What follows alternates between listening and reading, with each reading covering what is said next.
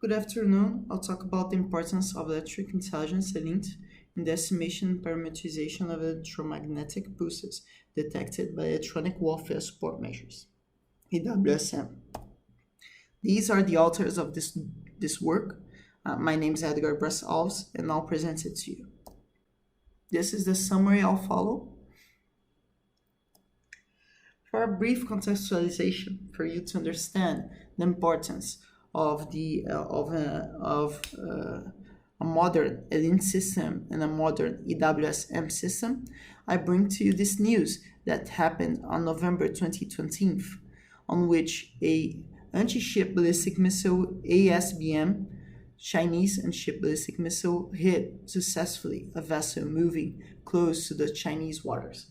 These were the two missiles sent, the DF-26 and the F-21D. And these missiles use the LPD technology, low probability of detection, on their navigation radars. This LPD technology, I brought a table here on the lower right, on which the pilot's MK2 is another radar that also uses this technology. And the ESM here, we have the regular ESM with 60 decibels and the high performance ESM with 80 decibels. You can see that the pilot MK2 is detected on a high performance ESM 10 times more distant than a regular ESM. And this distance is crucial for a ship to defend itself against a threat as the ASBM missiles are. Here on the upper right, you can see a picture of the pilot's MK2. Well, how does the LPD technology works? Most of the radars that are LPD, they use the FMCW technology, frequency modulation continuous wave, on which a radar emits its signal continuously through time, and its frequency increases or decreases through this period of time that the signal is emitted. Well, this creates a great difference between a pulse radar and a FMCW radar, on which a pulse radar has a high peak power and the FMCW radar has a low peak power as it divides its energy through time, making it more difficult to be detected by a ESM, electronic support measure.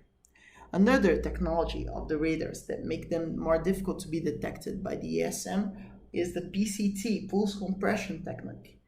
The pulse compression technique, it divides a signal on lots of fragments.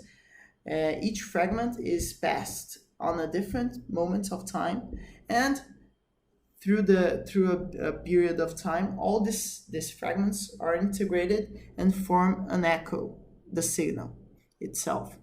Here on the upper left, we have a regular pulse radar. On the lower left, we have a radar that uses the PCT technology.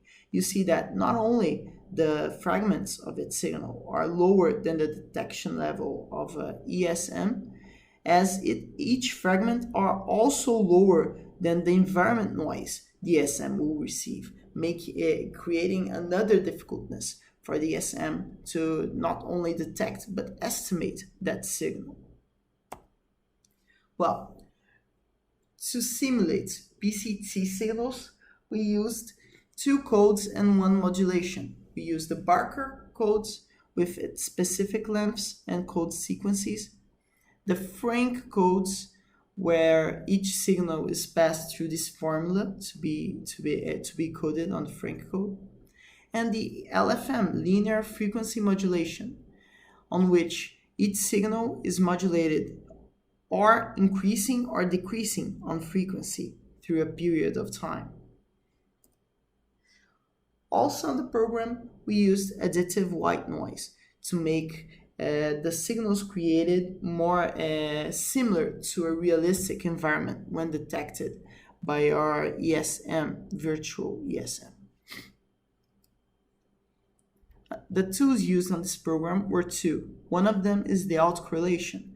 The main purpose of the autocorrelation, the use of the autocorrelation tool, was to filter the white noise of the environment and bring us only the signal, where the white noise is not autocorrelated and the signal has a autocorrelation. And we use the STFT, short time Fourier transform, on which we can analyze each signal shifting or changing in frequency or amplitude through a period of time. This distinguishes greatly modern ESM from antique ESM, on which the antique ESMs, they only could analyze lots of signals gathered together. On a modern ESM, we can analyze a signal on it and extract the parameters of each signal individually. Well, the results of this work were these. Each time we run the program, we have the signal and the noise. We have the autocorrelation of the signal here on the upper right. On the lower left, we have only the time and frequency axis of the STFT of the signal, what we call the spectrogram of it. On the lower right, we have all the STFT of the signal. Well, the results of this work were these. By the spectrogram analysis, we can distinguish each code and modulation used on the signal. On the upper left, we can see clearly the signal was LFM modulated because it goes from 1.6 to 1.8 of frequency on a window of time. On the right, upper right, we can see the characteristic of a FMCW signal modulated on FMCW, on which it increases in frequency and it's continuously emitted through all time. On the lower left, we have the characteristic of a spectrogram, the spectrum characteristic of a Barker coded signal, where we can see clearly that by the Barker codes, the characteristic of a Barker code is to jump from an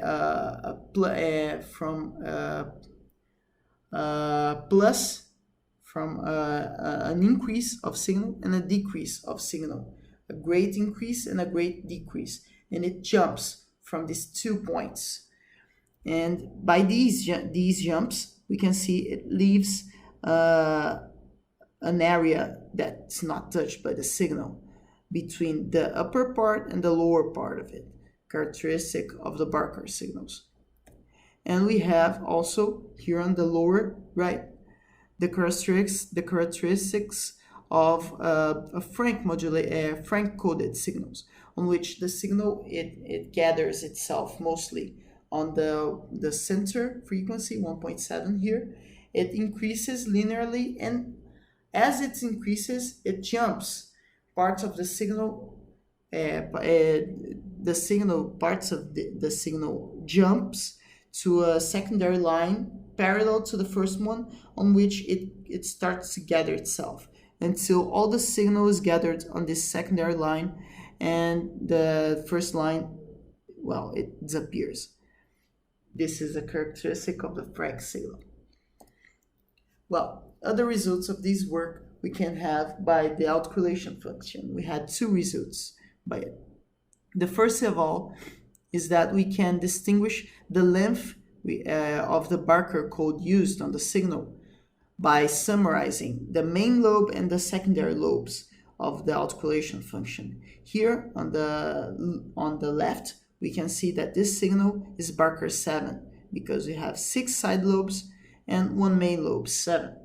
On the middle, we can see clearly it's Barker 11 with 10 side lobes and a main lobe. On the right, Barker 13 with 12 side lobes and a manual.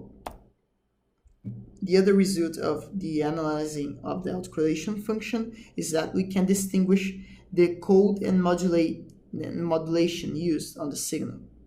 Here on the left, we have a Barker code signal, on which you can see by its peaks, very pointy peaks. On the middle, we have a Frank code, on which we can see its characteristics by the stepped waveforms it forms. On the right, we can see LFM autocorrelation of a signal, on which we can see that the right and the left side of the LFM are similar to itself. The left and right side of the maximum autocorrelation of the signal, it increases and decreases similarly, and the signal is concentrated on a specific amount of samples here, from 0 to 6,000, characteristic of the LFM. Well, another of the results of this work we had is the filtering of the noise, of the environment noise, on which we have here from left to right an increase of the noise on the system, in which the SNR, the signal noise ratio, decreases, and here on the right, the upper right, we can see that we can't distinguish the signal anymore because the noise surpasses it.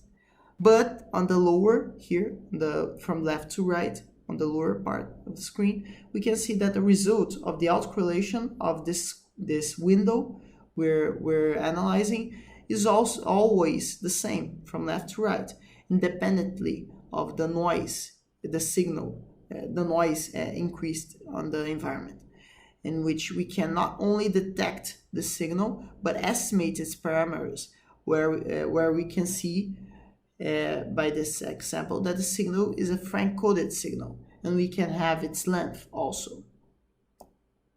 Well, the conclusion the conclusion we have on this work is that not only a modern EWSM system with elint not only a modern EWSM system is sufficient to protect a ship from a ASBM threat, for example. It needs a modern elint system also. And therefore, our new EWSM Defensor MK3 that's been developed by the Research Institute of the Brazilian Navy, it will give the new frigates the Brazilian Navy are constructing, the Tamandaré class frigates, the capabilities to defend itself against ASBM threats. And afterwards, we'll have the nuclear submarine also with this technology. It will gain the MK4 EWSM from the Brazilian Navy, and therefore our Navy will be able to face the main threats worldwide. Well, I thank you all for the attention, and I leave the word open for doubts.